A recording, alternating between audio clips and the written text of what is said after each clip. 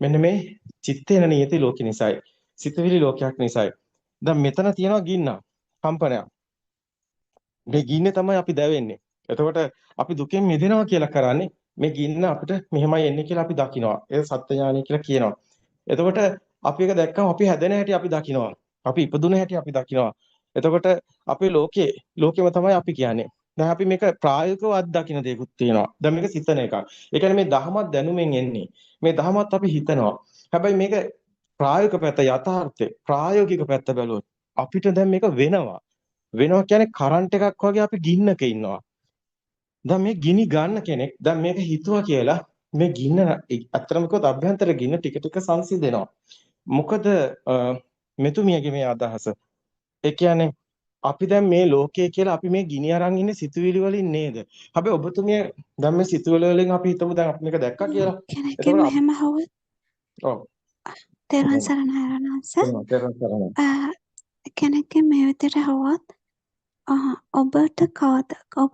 ඔබට කවදා හරි දුක දැන් අපේ හදවත ගැහෙනවා දැනලා තියෙනවා වගේ හිතේ වේදනාව දරා ගන්න බැරුව දැනලා තියනවාද? දරා ගන්න බැරුව දැනලා එක මොහොතක පුපුරලා ගිහලා හිත මේ මොකද්ද මේ හිත කියලා දැනලා තියනවාද කියලා අහන්න පුළුවන්.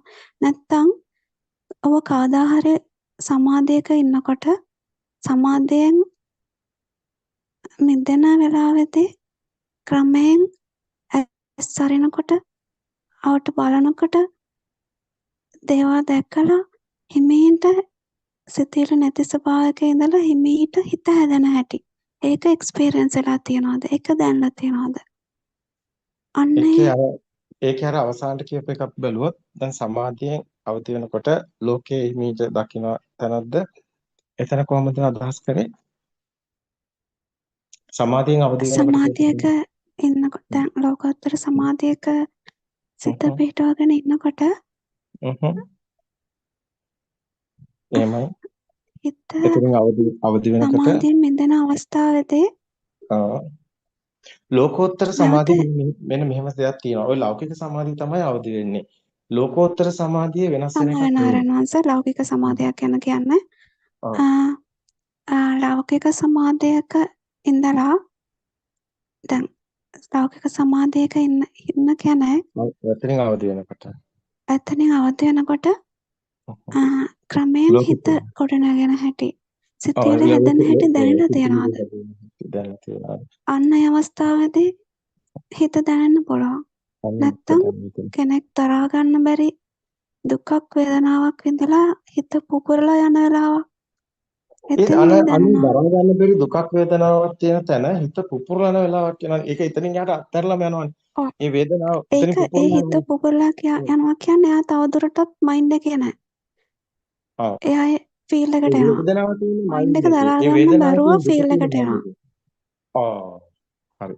ඒක හරි. ඒ කියන්නේ වේදනාව තියෙන මයින්ඩ් එකේ වේදනාව දරා ගන්න බැරුව පුපුරලා ගිය තැන ඇත්තම කිව්වොත් එහෙම එතන ඇත්තටම මේ මයින්ඩ් එකෙන් නිදහස් වෙන ස්වභාවය එයාට මතුවෙනවා. එතන එම්ප්ටිනස්. එතන එනවා ඇත්තටම කිව්වොත් එහෙම ලෝකෝත්තර සමාධියක්. ඒ වේදනාව දරා ගන්න බැරුව පුපුරලා ගිහලා මයින්ඩ් එකට එන සාමාන්‍ය මනුස්සයෙක්ට ඒක මොහොතයි තියෙන්නේ.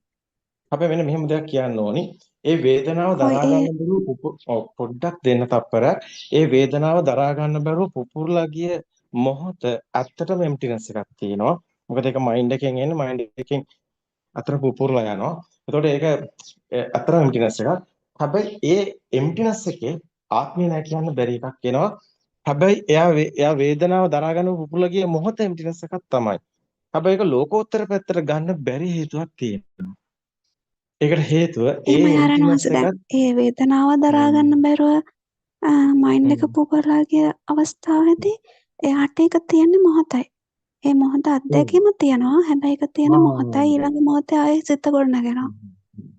ඒකයි ඒකයි ඒකයි ඒක එක්ස්පීරියන්ස් එකක් ඔබතුමීට තියෙනවා. ඒ නිසා නේ ඔබතුමී කියන්නේ ඒක අපිට තේරෙනවා. හැබැයි නමුත් ඒකත් එතන ඇත්ත. ආරයන් වහන්සේ එතන ඇත්තටම මේ ලෝකෝත්තර සමාධියක් ලෝකෝත්තර නෙමෙයි. කතාවක් නෑ නෑ ගන්නත් බෑ නෑ මේ නෑ ඇත්ත ඒක ලෞකික. හැබැයි මෙහෙම දෙයක් තියෙනවා මේ කොකිලා මෙතන කියන්න ඕනේ ඔව් දෙයක් එතන තියෙනවා. කියන්නේ සාමාන්‍ය ඔව් සාමාන්‍ය ඔව් මිනිස්සෙක් මේ ඔව්. ලෝකෙ එක්ස්පීරියන්ස් කරනකොට එයා ආ හදවතින්ම එක්ස්පීරියන්ස් කරනකොට නිකන් උඩින් ජීවත් වෙනවට නෙමෙයි හ්ම්. හදවතින්ම එක්ස්පීරියන්ස් කරනකොට එයාට ඒක දැනෙනවා. කියන්නේ හදවතින්ම ජීවත් වෙන්න කියන්නේ ජීවිතේ දිය වෙන්න. එතකොට ඒ දුක වේදනාව දැනෙනවා. හොඳයි. නැත්තම් අපිට දෙන්නේ ඒක කියන්න ඕනේ. ඒ කියන්නේ ඇත්තටම ඒක තව ටිකක් ප්‍රසාරණය කරලා කියන්න ඕනේ. ඒ කියන්නේ මෙතුමේ කියපු ස්ප්‍රිට් එකක්. ඕකේ ස්ප්‍රිට් එක ඊට වඩා ටිකක් ප්‍රාසයකට තියෙනවා. ඒ කියන්නේ කෙනෙක් හදවතින්ම ජීවත් වෙනවා කියන්නේ මුළු ලෝකෙම එයාට එච්චරයි තියෙන්නේ.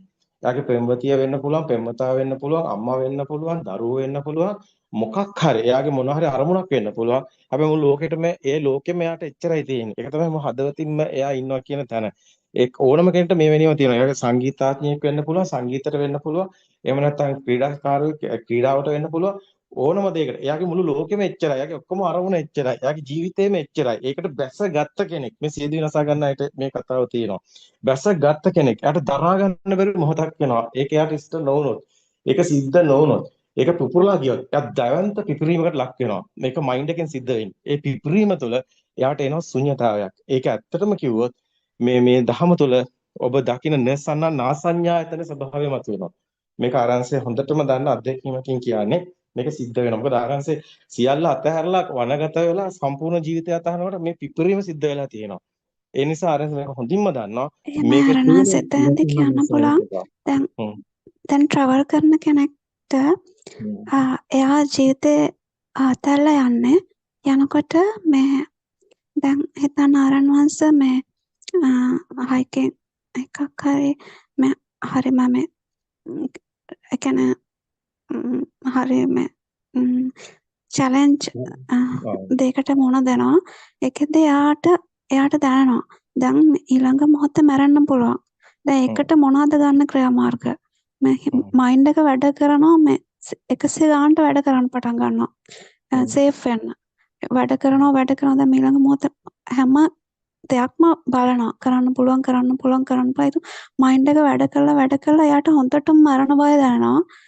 ඒ වෙලාවේ දැන් මයින්ඩ් එකට දරා ගන්න පුළුවන් වේගයක් තියෙනවා මේකට ඔප්ෂන් දීලා මෙහෙම කරන්න පුළුවන් කියලා.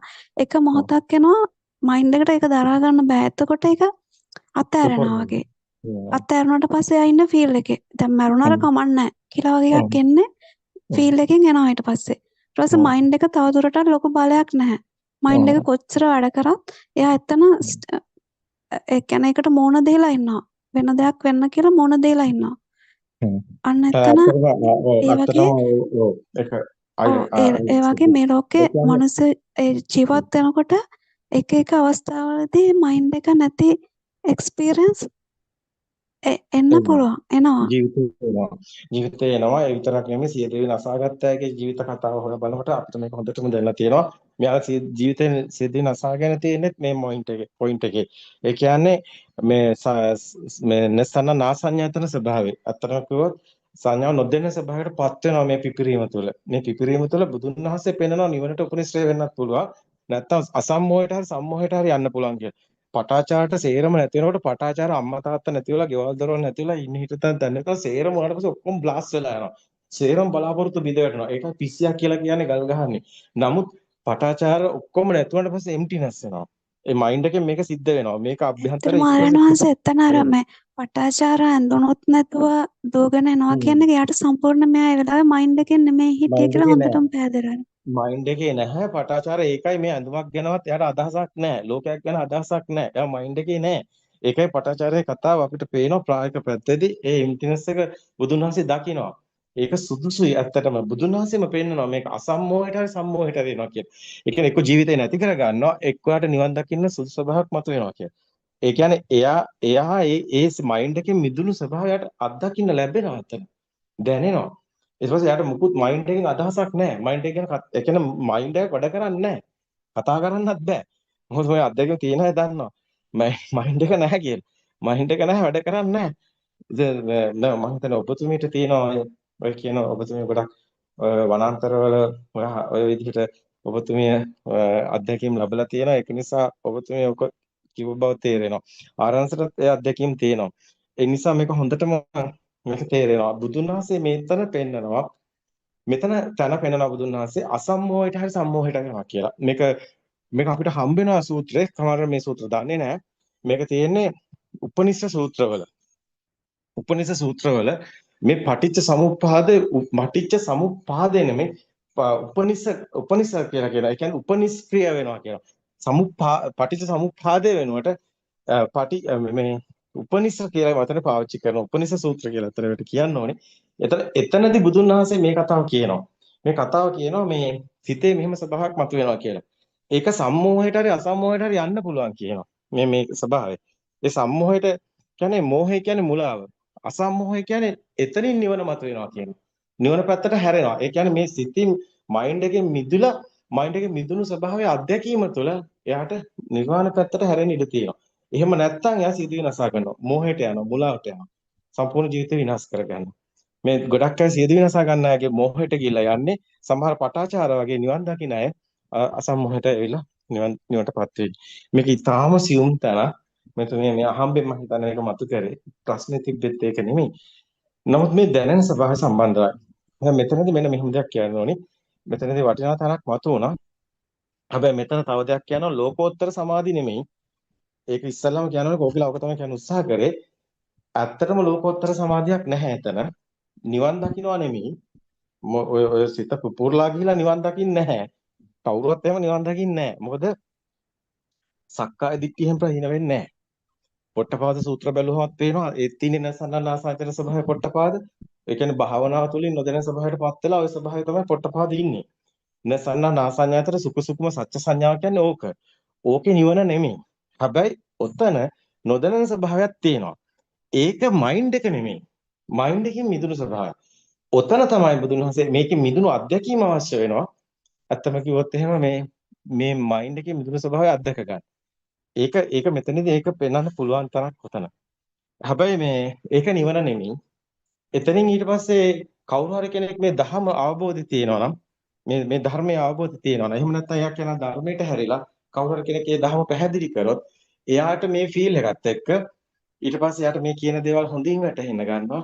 ඊට පස්සේ එක්කෙනා මේකේ මයින්ඩ් එක මිදුණු ස්වභාවයක් එයාට දැනෙනවා. ඒක එයාට මිදුණු ස්වභාවය අර අත්දැකීමක් අර වගේ තියෙන නිසාම ඒක යාර තව තවත් බලවත් වෙන්න හේතු වෙනවා. ඉතින් දැන් ගොඩක් අයට තියෙන ප්‍රශ්නයක් මේ මිහින්තලේ මෙහි ඉන්න ආසෙට තියෙන ප්‍රශ්නේ.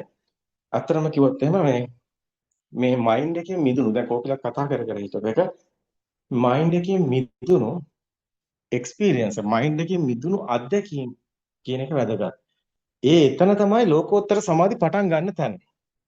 මයින්ඩ් එකේ මිදුණු අත්දැකීම ලෝකෝත්තර පැත්තට හැරෙන්නේ මේ දර්ශන ඥාණයෙන් හැරෙන්නේ.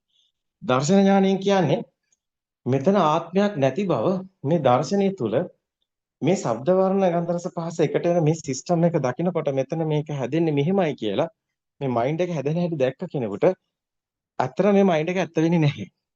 එතකොට මේ සිතුවිලි වලින් මේ හැදිලා මේක ආරෝපණය වෙලා බලයක් වෙලා මේ ඊට පස්සේ ඔය මෙතුමිය කිව්වා වගේ පුපුරන තැනට එන්නේ අර මේ සිස්ටම් එක ඇතුලේ.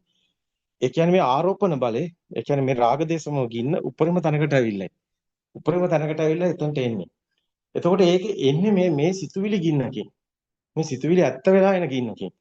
ඇත්තටම කිව්වොත් මේ සිත ආපෝද කරාම සිතුවිලි ඉත්ත සංඥාව. සිතුවිලි ඇත්ත වෙන්නේ නැහැ බිඳ වැටෙනවා. එතකොට අනිත්‍ය සංඥාව මතුවෙනවා.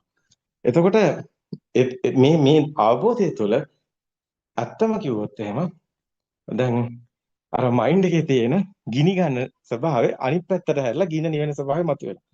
ඒකට හේතුව මේක ඇත්ත වෙන්නේ නැහැ.